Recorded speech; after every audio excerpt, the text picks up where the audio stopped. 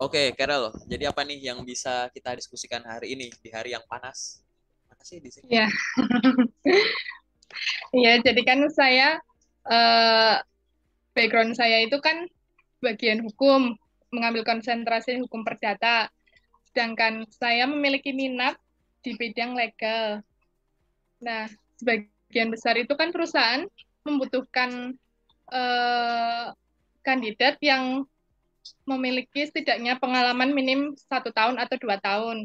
Nah, sementara saya tuh hanya memiliki pengalaman di bidang lain, tapi itu masih di jalur hukum.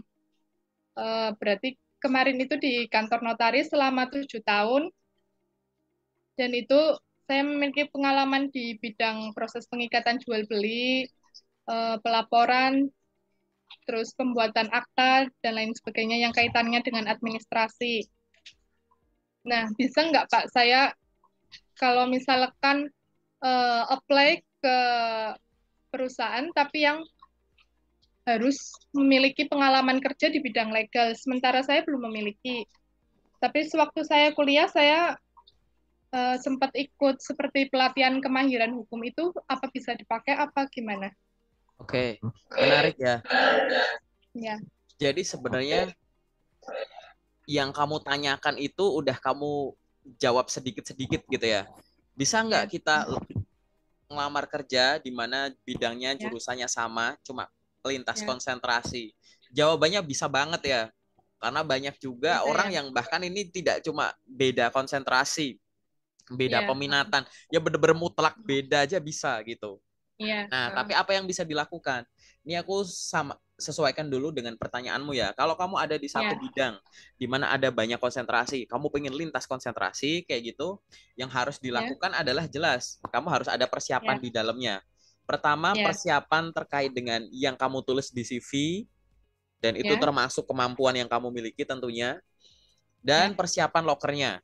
Oke, ya, aku ngomong dari yang ya, simple dulu. Pertama yang dari ya, sisi lokernya dulu. mm, Memang ada sebagian loker yang mudah ditemukan itu membutuhkan pengalaman kerja. Jawabanku enggak juga. ya, Cari loker yang pengalaman kerja itu tidak disyaratkan. Jadi kayak minimal sekian tahun.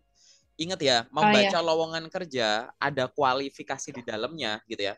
ya, 100% kualifikasi itu terpenuhi, belum tentu kamu ya, dipanggil.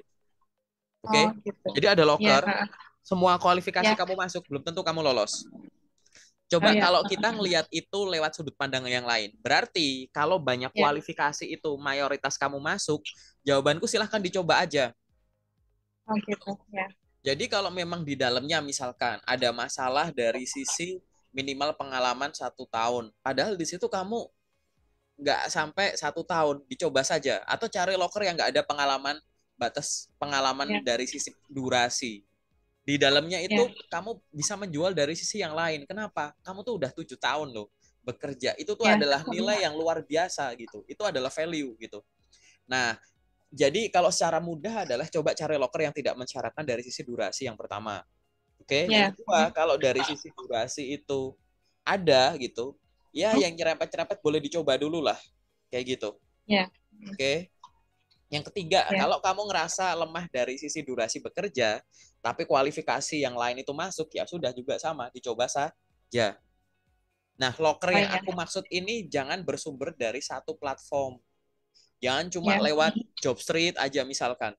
Coba yang lain, ya, kayak LinkedIn, website gitu ya, belum yang di repost kayak di ya, Telegram, WA gitu-gitu. Jadi sumber lockermu tuh ada banyak oh gitu. ya, Kalau dari variasi sumber sumber lokernya udah banyak tapi masih belum ketemu, areanya diperluas. Misal kamu oh cari ya, cuma di kotamu, sekarang kota lain, provinsi lain, dan lain-lain gitu. Nah ini oh disesuaikan ya, dengan preferensimu gitu. Kalau kamu nyarinya cuma sempit, ya harus ada strategi. Nah nanti aku paling uh, harus tahu dulu. Kamu cari tahu, ya, misalkan kamu kan di Tegal nih, kamu nyari cuma ya, sekitar Tegal, sekitar Jawa Tengah, atau gimana gitu. Jadi intinya adalah pada saat ketat gitu ya, ketat di suatu sisi, kamu harus longgar di sisi yang lain oh gitu. ya, Kalau kamu mengetatkan diri, misalkan aku harus dapat kerja lagi yang di bidang legal, yang lain aku nggak mau, itu kan kamu ketat tuh ya, dari sisi bidang. Nah, dari sisi yang ya, lain kamu harus longgar, misalkan Oh berarti yang lokasinya ditempatkan di jangan cuma di kotamu aja gitu, yang lain longgar gitu Iya. misalkan gitu. Jadi nggak Iya. masalah gitu. Jadi itu yang harus dilakukan. Ini terhadap lokernya ya gitu. Iya. Jadi kalau kayak gini tuh dicoba saja nggak apa-apa. Intinya adalah Iya. mencoba dalam jumlah banyak gitu. Iya. Dari sisi lokernya banyak platform iya, banyak loker juga. Nah sekarang kita Iya. kuatkan dari sisi kedua, dari sisi kamunya. Dari sisi Iya. kamunya adalah tadi bener bahwa kalau kamu sudah punya pengalaman kerja, maka Iya. pastikan pengalaman kerja kamu yang 7 tahun tadi sudah ditulis di CV dengan benar. Aku tadi ngintip udah oke. Iya. Tapi mungkin di dalamnya ada fungsi-fungsi kamu yang support teman-teman legal. Itu ditulis. Oh gitu.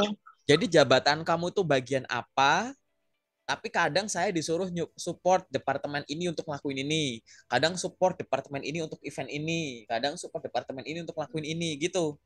Oh iya. Karena misalkan contoh nih aku nih. Aku misalkan jadi sales kacamata.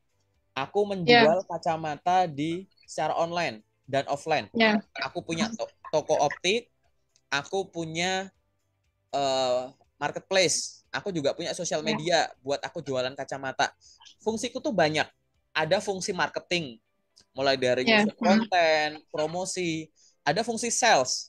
Aku Iya. berjualan, kalau ada yang ngechat, terus aku kasih tahu nih harganya dan gini-gini. Ada yang datang ke toko, aku layanin. Ada fungsi administrasi, Iya. gitu, pencatatan ini itu. Ada fungsi logistik dan lain-lain. Jadi kadang tuh satu posisi itu fungsinya banyak. Oh iya. Iya. Gitu. Ya, nah ini sama juga gitu. Pada saat kamu mungkin ada juga teman-teman yang aku tuh direkrutnya tuh profesi posisinya ini, misalkan di startup atau di mungkin perusahaan mah aku nggak tahu ya, nanti kita Iya. sesi detail aja. Ternyata di dalamnya tuh aku ngerjainnya nggak cuma ngerjain ini, aku juga ngerjain Iya. ini itu. Nah, pastikan itu masuk.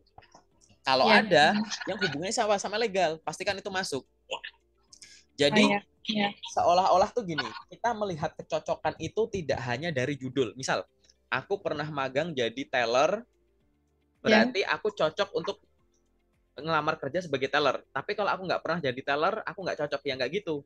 Mungkin dulu aku kerja Iya. sebagai resepsionis misalkan.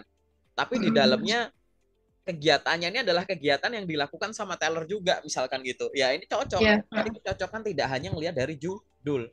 Itulah Oh kenapa iya. pada saat nulis pengalaman kerja di breakdown tugas tanggung jawabnya.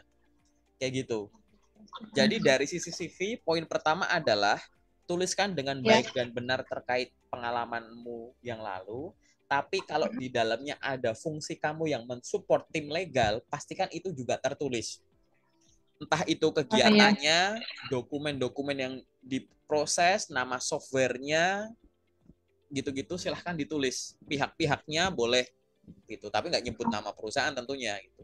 Ke siapa, ke swasta, ke BUMN, ke dinas ini itu gitu-gitu, ke kementerian, Oh ke iya. pemprov gitu misalkan gitu. Jadi tadi ya, tuliskan dengan benar dan kalau ada fungsi supportmu di legal, kamu tulis. Nomor satu itu. Nomor Iya. dua, ya, tuliskan yang hubungannya sama legal itu atau bidang bukan bidang peminatan yang kamu tuju, khususnya di tempat-tempat kamu belajar soal itu, misalkan di kampus nih, gitu. Iya.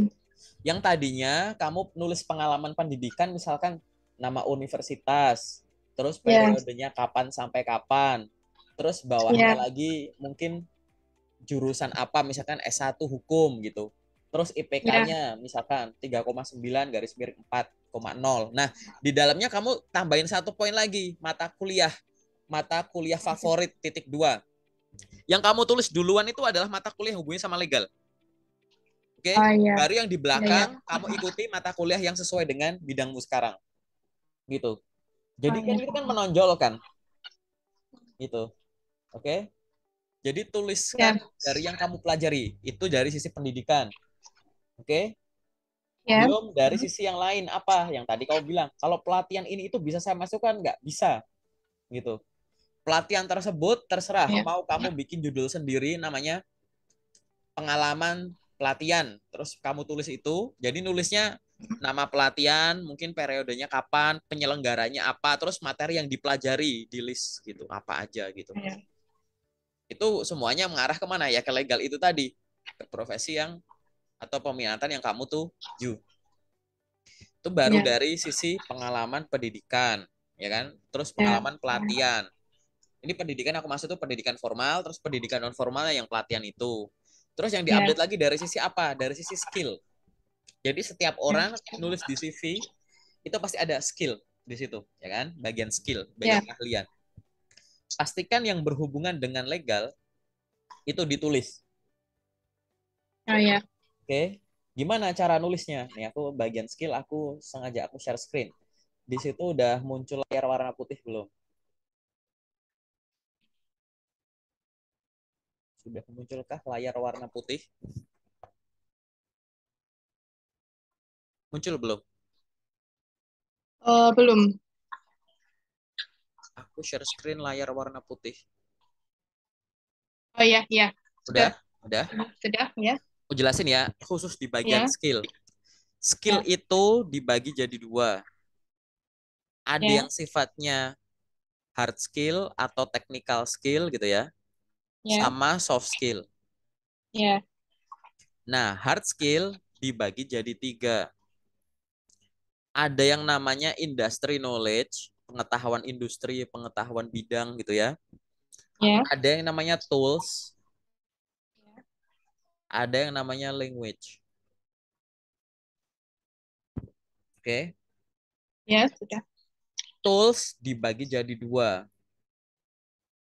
hardware dan software. Nah, cara menuliskan tools ini, entah hardware atau software, dia bisa Ya. dituliskan pakai dua cara. Bisa namanya, nama hardware atau nama softwarenya, bisa kegiatannya.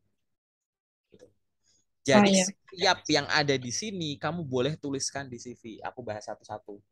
Soft skill jelas ya, nggak usah dibahas. Kau tau Ya. lah ya soft skill apa, tulis di CV. Ya. Silahkan tulis di bagian skill boleh, jumlahnya nggak usah kebanyakan, nggak apa-apa.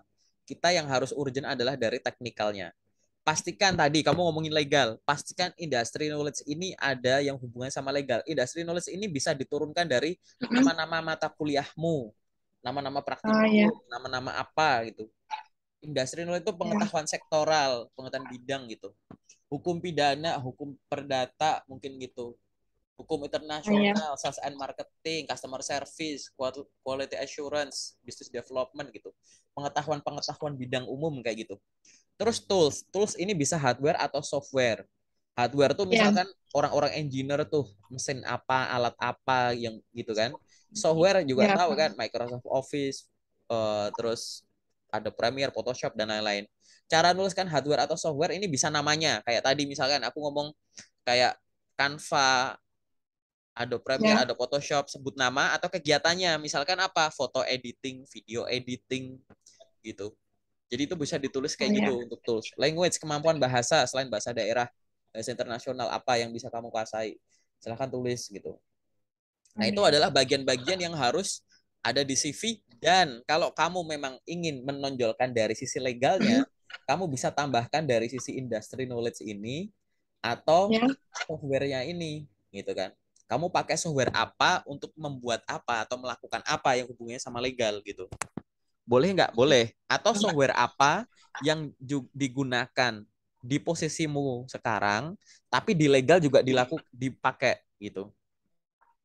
Oh ya. Entah Ya. metode, entah alat, entah kegiatan gitu.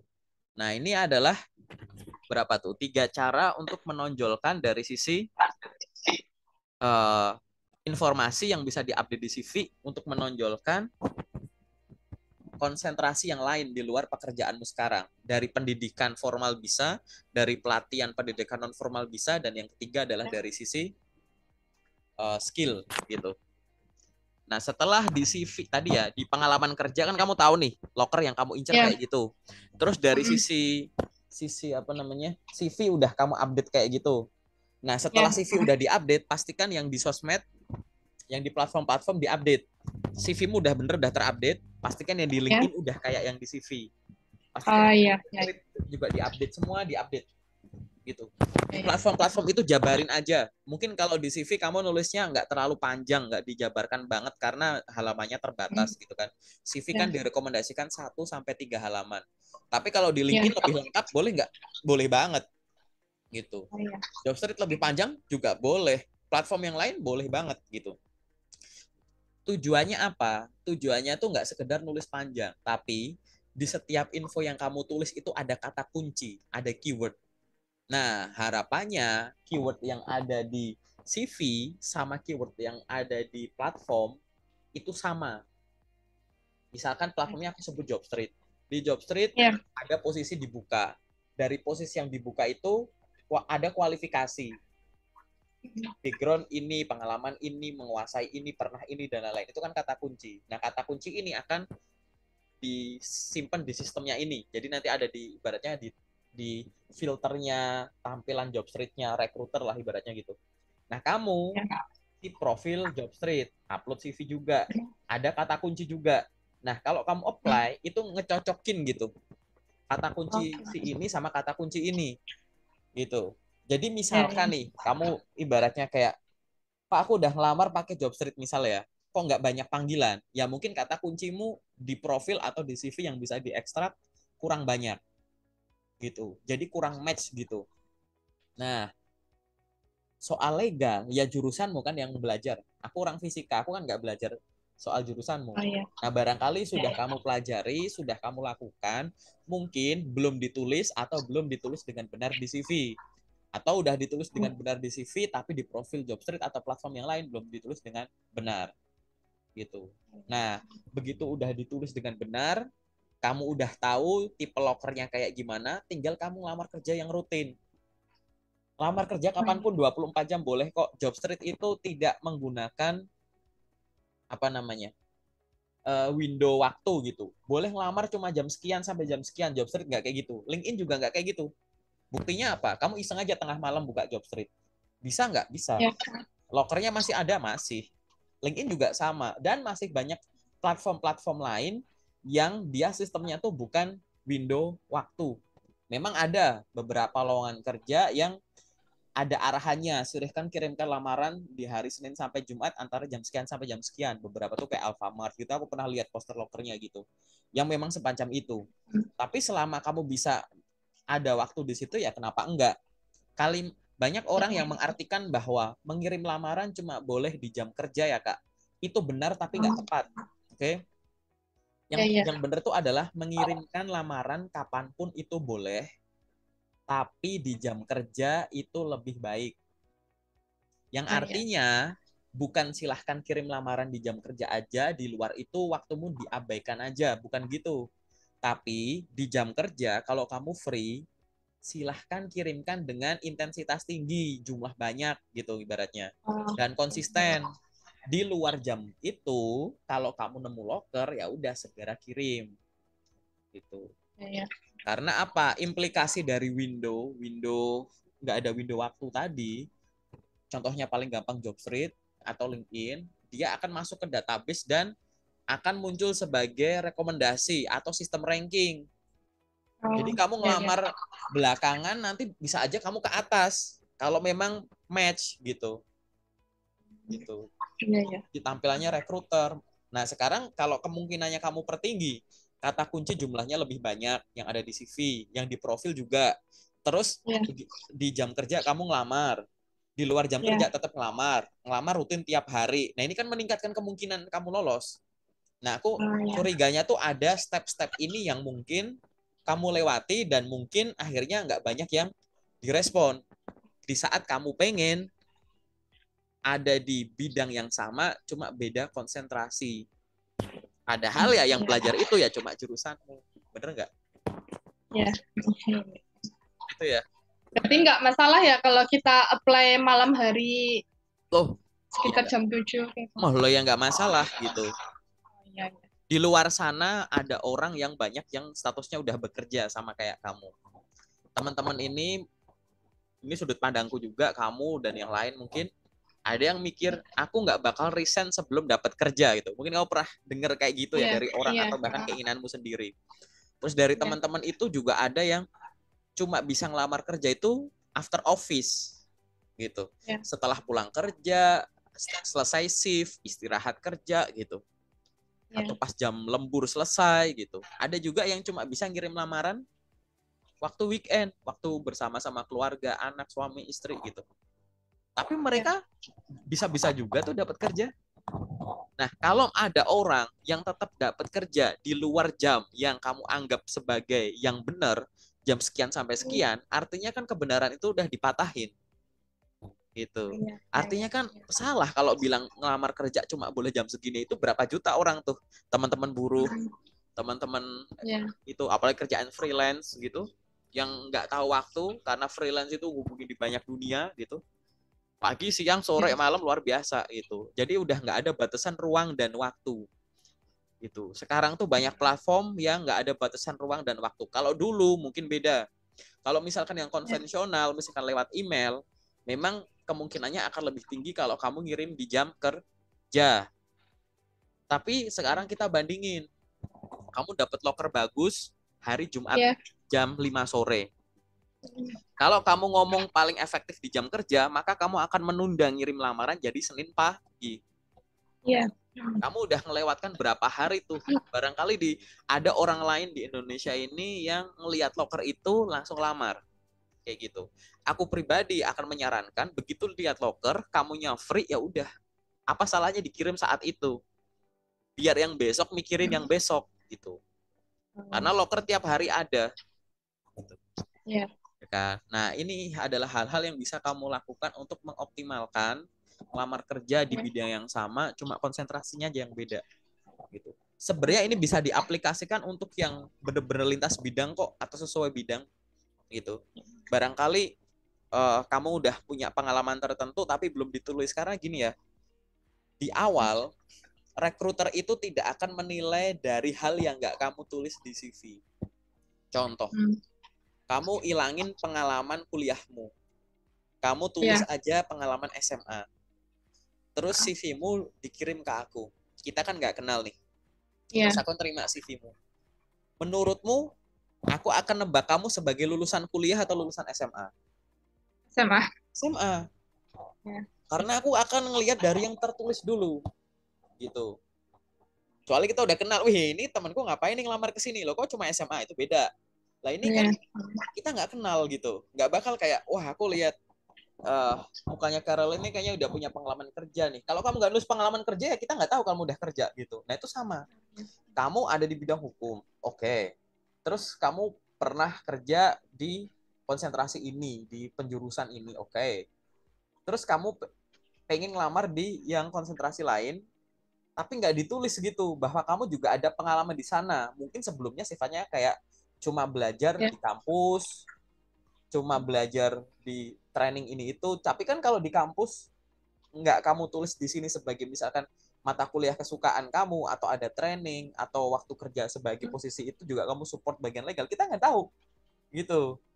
Akhirnya kalau Iya. ditulis-tulis kita nggak tahu, di awal kita kan bilang oh ini nggak match karena secara visual pun nggak kebaca, ya kan. Iya. Iya. Tuh, apalagi kalau lewat sistem ETS. ETS kan nggak ngebaca tuh, bener-bener kayak nyocokin kata ya, kata kunci Iya. gitu. Nah, kalau kata kuncinya kurang, ya akhirnya langsung nggak cocok aja.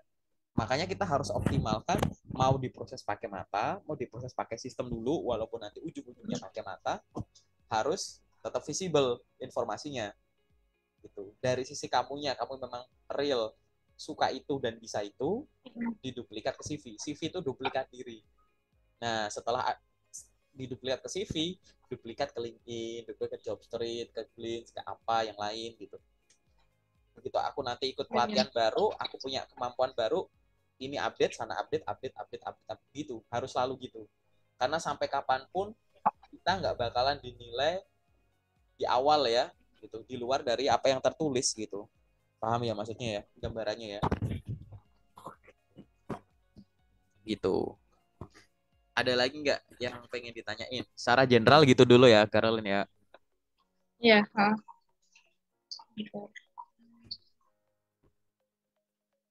Atau aku nanya dulu deh, kamu sebenarnya nyari kerja di sekitar kotamu atau dimanapun? Dimanapun Oh, sudah dimanapun. apply ke Jawa Tengah, ke yang area yang lain, Jawa Timur sama Jawa Barat. Oh, berarti baratnya satu pulau Jawa gitu ya kamu coba ya? Ya, Oke. Jakarta sama Jakarta Bang. Oke, jadi gini. ada memang metode-metode mencari kerja yang bisa berlaku secara umum, khususnya kalau ada di Ya, Pulau Jawa. Misal kamu mainnya pakai ya. LinkedIn, kamu mainnya pakai Jobstreet, Glints, Lumina, dan lain-lain, dan website Ya. perusahaan gitu-gitu ya. Tapi mungkin kalau kamu pengen spesifik di suatu daerah, mereka tuh juga ada Ya. cara mainnya tertentu gitu. Misal kamu nyari posisi legal, kamu nyari di sekitar Jawa Tengah nih, kalau kamu beneran Ya. bandingin sama Jabodetabek, itu pasti ada bedanya gitu. Karena ibaratnya gini, kalau kamu, ini aku perusahaanku tuh memang ya banyak nyari talentnya juga talent-talent Jawa Tengah. Nah kalau aku pasang iklan atau ngiklanin di platform yang isinya orang seluruh Indonesia ya buat apa gitu. Oh, ya. Jadi kamu akan menemukan loker yang kadang tuh cuma lokal doang bisa ketemunya gitu. Nah, ada nggak platform-platform lokal yang ibaratnya tuh di kotamu misalkan ya, itu tuh loker paling banyak tuh di mana gitu. Nanti aku jelasin deh, misalkan kayak Jawa Tengah itu paling banyak loker-loker kan ngumpul tuh di Semarang, di Solo, di Kendal, Ya. di Purwokerto gitu-gitu kan.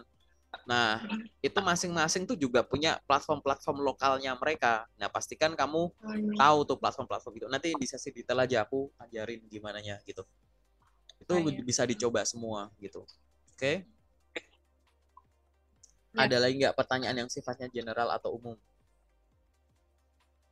Kalau terkait kirim email itu harus ada body emailnya ya, Pak? Oke. Kalau mengirimkan lamaran melalui email, Hah? body email itu sifatnya wajib. Oke. Ya. Hah? Kalau misalkan surat lamaran gimana? Nah, kalau body email udah ada, terus di attachment mau kamu tetap lampirin surat lamaran jadi double gitu, boleh gitu, boleh. Oh, gitu. Kalau body email ada, terus di attachment nggak ada surat lamaran, ya boleh, asal nggak diminta ya, kecuali silahkan lampirkan surat lamaran, berarti di double, body email ada, surat lamaran ada. Tapi kalau nggak diminta gitu, body email udah diisi, di lampiran Hah? nggak ada surat lamaran, ya nggak apa-apa. Tapi jangan Oh, pernah gitu. ngirimin lamaran body email kosong. Oh, Padahal gitu ngirim ya. lamarannya via email gitu. Iya, iya, iya. Jadi dia kayak pintu masuknya, permisinya gitu. Hmm. Kalau terkait SKCK itu wajib dilampirkan atau enggak ya, Pak? Jadi gini, SKCK itu sebenarnya lebih kayak ke opsional juga sih kalau di awal ya gitu. Ya. Biasanya Oh, kalau ngirim lamaran di email itu di awal itu ya minimal standar kan kayak lamaran, CV, ijazah, transkrip gitu misalkan. Atau ada juga yang ya. lamaran CV, portofolio, ada yang lamaran CV, ijazah, transkrip, sertifikat-sertifikat gitu. Tapi kalau SKCK dan lain-lain tuh nggak diminta gitu di awal gitu kan. Cuman ada beberapa loker yang di tahap selanjutnya butuh kelengkapan itu. Misalkan untuk dibawa, untuk dikurumkan lanjutan. Ibaratnya adalah kamu Ya. punya SKCK dan tetap dilampirin yang nggak ada salahnya gitu.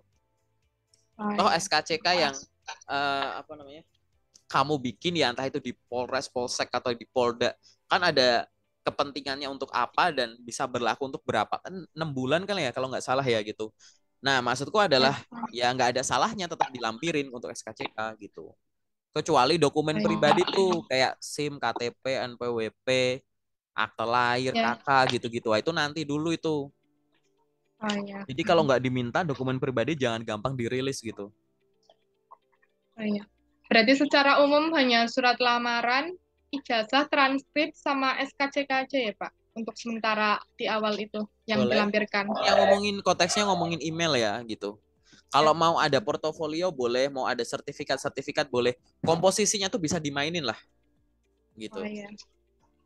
Ada yang kalau misalkan kamu daftar frontliner ada yang ngirim pas foto, terus foto formal seluruh badan juga boleh gitu. Yang penting di luar dokumen pribadi aja.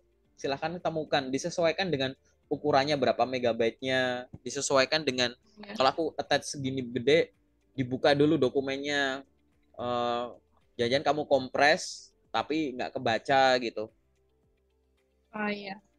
Sertifikat juga masukkan yang secukupnya, seperlunya. Apalagi kamu daftar legal ya udah yang hubungannya sama legal aja, yang benar-benar support ke bidang yang kamu lamar gitu.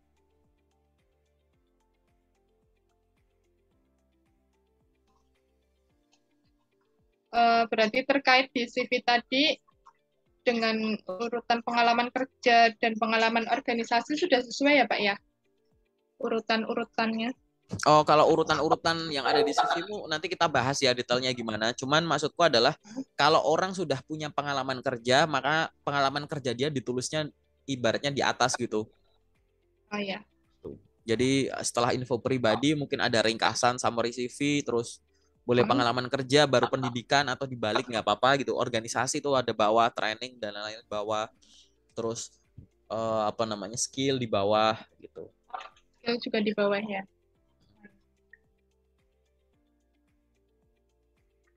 Ya cukup mungkin yang umum itu saja. Oke, yang umum itu aja ya. Oke, kita sekarang masuk ke sesi yang detail ya. Ya.